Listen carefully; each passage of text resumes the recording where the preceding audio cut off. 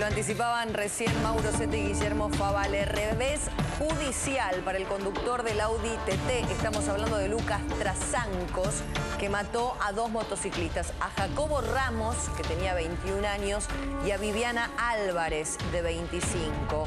La Corte Suprema rechazó intervenir en un planteo por parte de la defensa para que Lucas Trasancos recupere su libertad luego de arrollar a esta moto, como vemos allí en el video, en el barrio porteño de Flores, el 15 de septiembre del año pasado.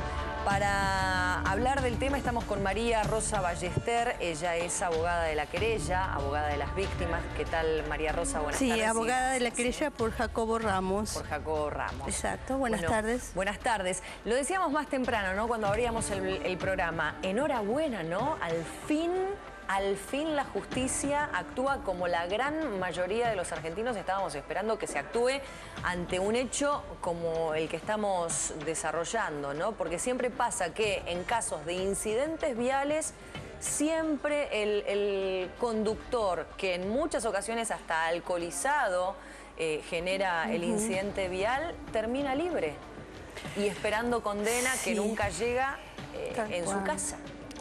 Nadie está exento de tener un accidente y que sea lo que nosotros decimos un culposo. Lo que pasa es que yo particularmente como persona y como abogada creo que debemos empezar a dejar de ser subdesarrollados mentalmente y empezar a cumplir, como dice el doctor Filosof en la Cámara, en la Sala Sexta, cuando confirma el procesamiento, a cumplir las normas de convivencia. Porque cuando empezamos a cumplir las normas de convivencia, empezamos a poder utilizar los resortes que nos da el Estado y no rasgarnos las vestiduras que las leyes no se cumplen. Cuando usted para cruzar una calle, yo para cruzar enfrente de mi casa, para ir al kiosco, tengo que hacer malabares para que no me maten. O sea, a eso vamos. O sea, nadie quiere que la gente esté presa por estar presa. No, pero es muy claro en lo que dice, doctora, ¿no? Nadie, ninguno de nosotros está exento a, lamentablemente, ¿no? Atropellar a una persona. A un accidente. A un accidente. Pero esto no es un accidente. Esto es un incidente vial y está clarísimo. Exactamente, con el video. Por la cámara. A un accidente nadie está, porque siempre suceden hechos fortuitos, pero de eso a no cumplir las normas elementales de tránsito, como dejar que una persona pase por las rayas blancas, parar, ahí me ha pasado, dejar pasar a la gente y que atrás me gritan de todo. Porque yo freno las rayas blancas para dejar pasar a la gente, porque viví 8 años en Estados Unidos y me acostumbré. Porque antes manejaba como todo el mundo. Exactamente. Pero acá tampoco el peatón cruza por la senda peatonal. La mayoría de las veces, sí. O sea, todos tenemos que cumplir las normas de convivencia. Las normas de convivencia no son solamente las normas viales. Hay un montón de normas.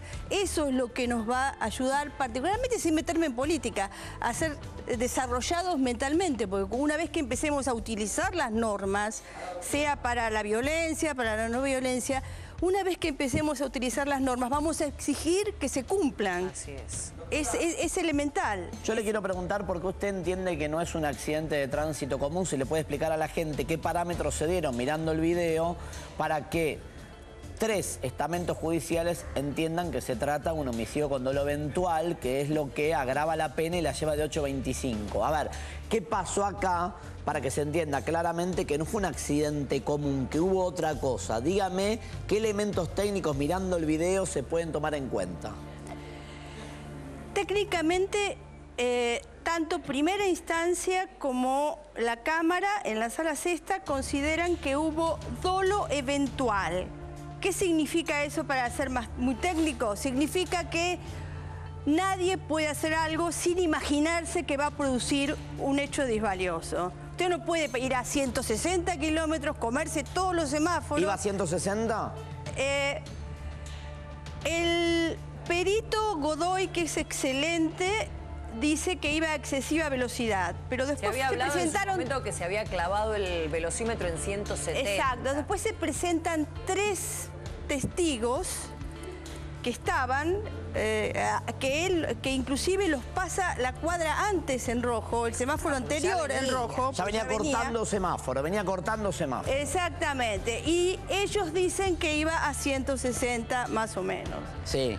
¿Y por qué no se puede? ¿Y por qué no se porque puede? queda clarísimo al Es comparar la increíble. imagen con el taxi que está detenido. Exacto, lo sortea el taxi. ¿Por qué no se puede determinar la velocidad? Porque no frena. No hay frenada. No frena, sigue. Y si no fuera que porque el auto se para, pues después se ven en las pericias que tiene una computadora. Se le detiene el coche a un par de cuadras, sí. Siguió y dobló para la casa, vivía en las inmediaciones. O sea que lo fundamental que se tiene en cuenta en este caso es que de ninguna manera pudo pensar que no iba a matar a alguien. Eso es un dolo eventual. Ahora, no estaba alcoholizado, ¿no? Él se presenta 6 horas más tarde, pero tenemos excelentes... Hay una excelente policía científica. Yo inclusive estudié en la Facultad de la Policía Federal Ciencias de Criminales, las CSI, como se están en... No tendremos los adelantos, pero son muy buenos los especialistas. ¿Y qué dicen los especialistas, doctora? Y sí, hay hay sustancias. Hay sustancias de haber ingerido alcohol. Café también hay. Igual café también llama hay. la atención que se presente 6 horas después, ¿no? También. Mire, conducir bajo los efectos de una sustancia es un delito también. Así que Por eso el doble eventual, ¿no? es muy importante que se vuelvan con los controles de alcoholemia, que se vuelvan. ¿Por qué? Porque yo cuando vivía en Estados Unidos no cometía delitos, no porque soy la maravillosa mujer, porque si yo me salía un poquitito, tenía 3 patrulleros atrás y 5 adelante. Y me sacaban el auto y aparte de la multa, después no conseguía seguro que me lo aseguraran y no podía manejar. Ahora, O sea, doctora, comparte que este fallo de la Corte, decíamos recién, es prácticamente inédito, porque digo, no ha pasado casi que 7 meses mantengan detenido con prisión preventiva, sin llegar a la instancia de juicio, a un acusado de esta clase de delito. En general los escarcelan a las 24 horas, 48, una semana. Exacto. ¿Usted tiene ahí la resolución de la Corte? ¿En sus manos? La resolución de la Corte no hace lugar al recurso contra la resolución de Cámara. Pero dice que no hace lugar porque no lo debe tratar la Corte. No lo trata la Corte, sin tecnicismo. Lo que es excelente es que la Cámara del Crimen diga que es con dolo eventual, que es un homicidio simple, Claro. con dolo eventual.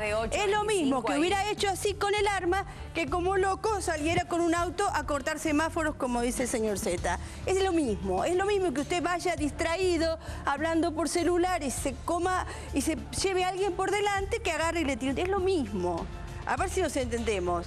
Eso es lo mismo. Y tiene que ser de ahora para siempre. No tiene que ser hoy el caso aislado y yo vengo porque, ay, qué bárbaro. No, tiene que ser siempre. Acostumbrémonos a cumplir las normas. Porque en la medida que nos acostumbramos a cumplir las normas de convivencia, pues podemos pedir más, que se cumplan, que los demás también cumplan las normas.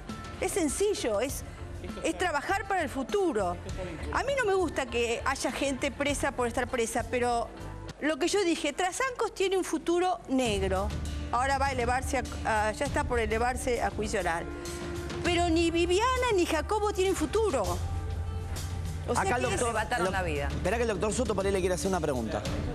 Podría estar vinculado al antecedente de Cromañón, donde Chaván había sido procesado y condenado por estrago doloso. Quiere decir que es una pena como esta, o sea, que no le importa nada la vida de los demás y la Corte tiene que resolver. Y el Procurador General, que es el fiscal general, el jefe de todos los fiscales de Argentina, pidió este mismo tipo de pena. Así que también en forma dolosa. Si esto se lee como un antecedente de la Corte en que consideran que debería ir preso, en este caso, lo están diciendo, rechazan la apelación, perfectamente podrían decir que confirmarían, es una posibilidad, la pena en esos casos, inclusive le agravarían la pena. Pero una cosa es que la rechace por no tratable, porque la Corte diga, yo no me meto en esta cuestión porque no es para tratar en el ámbito de la... técnico. Claro, digo, la Corte te puede decir, yo no lo trato porque no me meto en la cuestión de una excarcelación. Ahora, distinto es que la Corte mañana baje una sentencia diciendo quien comete un homicidio con dolo eventual va en cana, que es otra discusión. Acá no se mete. Acá la Corte, digamos, dice, no vengan a pedirme a mí que lo suelte, porque no es mi órbita decidir si tiene que estar libre o no. Es inadmisible. Es inadmisible. Ahora, vamos al punto del accidente. Usted dice incidente vial, accidente, bueno, estamos hablando de lo mismo.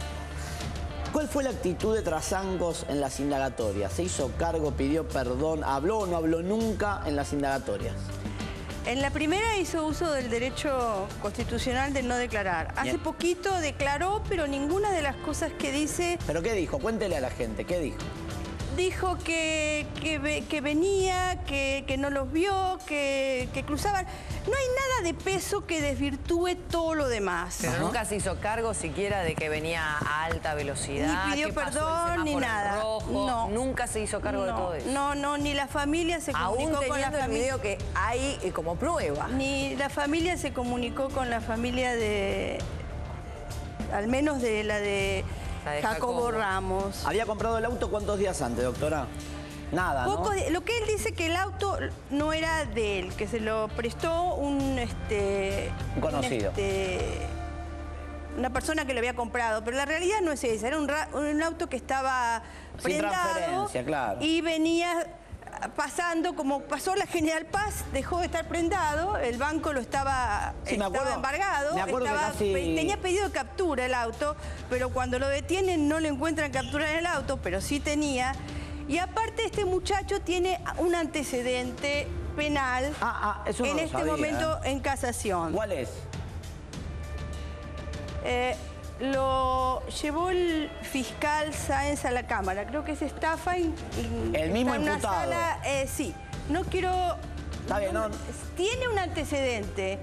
Eso estoy segura. El resto no quiero hablar porque no tengo la seguridad. Ahora, doctor, usted comparte lo que le decía Mariela en el sentido de que este fallo, en general, vamos al fallo de la casación si quiere de antes o de la Cámara del Crimen, digo, en general, se van en libertad. Estamos contando esta historia porque es casi única y irrepetible en la historia criminal argentina. Pero bueno, seguramente vamos a seguir hablando del tema cuando esta causa sea a juicio, Sí, ¿no? y le digo la verdad, no es que me alegra que Trasancos esté preso porque no soy una psicótica y una malvada. Me alegra que empecemos a darnos cuenta que es un delito manejar sin los elementos mínimos de conciencia y de cuidado.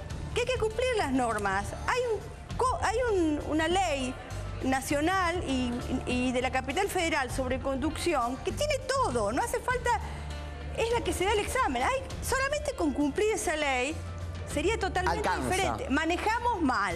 Fue muy gráfico el ejemplo que diste de matar a estas dos personas de un tiro en el medio de la cabeza y haberlas matado como pasó, a la velocidad que pasó, cruzando un semáforo en rojo, es exactamente... Nunca podría haberse puesto en su cabeza la posibilidad de no producir un efecto disvalioso. Hubiera sido resultado de la suerte o la casualidad. Eso es lo que lo hace punible dolosamente. O sea, no es el que va y mata porque quiere, sino el que está jugando con un revólver sin tener seguro. Ese tipo también. Fatalmente se le va a disparar una bala y va a matar a alguien. Pero además, digo, con esto cierro mi participación. Se borró del lugar. Además, se borró del lugar. Se fugó. Bueno, ahí estamos. María Rosa Ballester, muchísimas gracias. No, gracias a ustedes y ojalá que sirva fundamentalmente para crear conciencia. Volvamos a leer la ley todos nosotros. No es tan larga ni tan difícil. Y empecemos a manejar un poco mejor. Nos va a ayudar a vivir mejor, porque vamos a poder exigir más. Muchas gracias. No, ¿por qué? Momento de hacer una breve pausa, pero enseguida regresamos con este tema.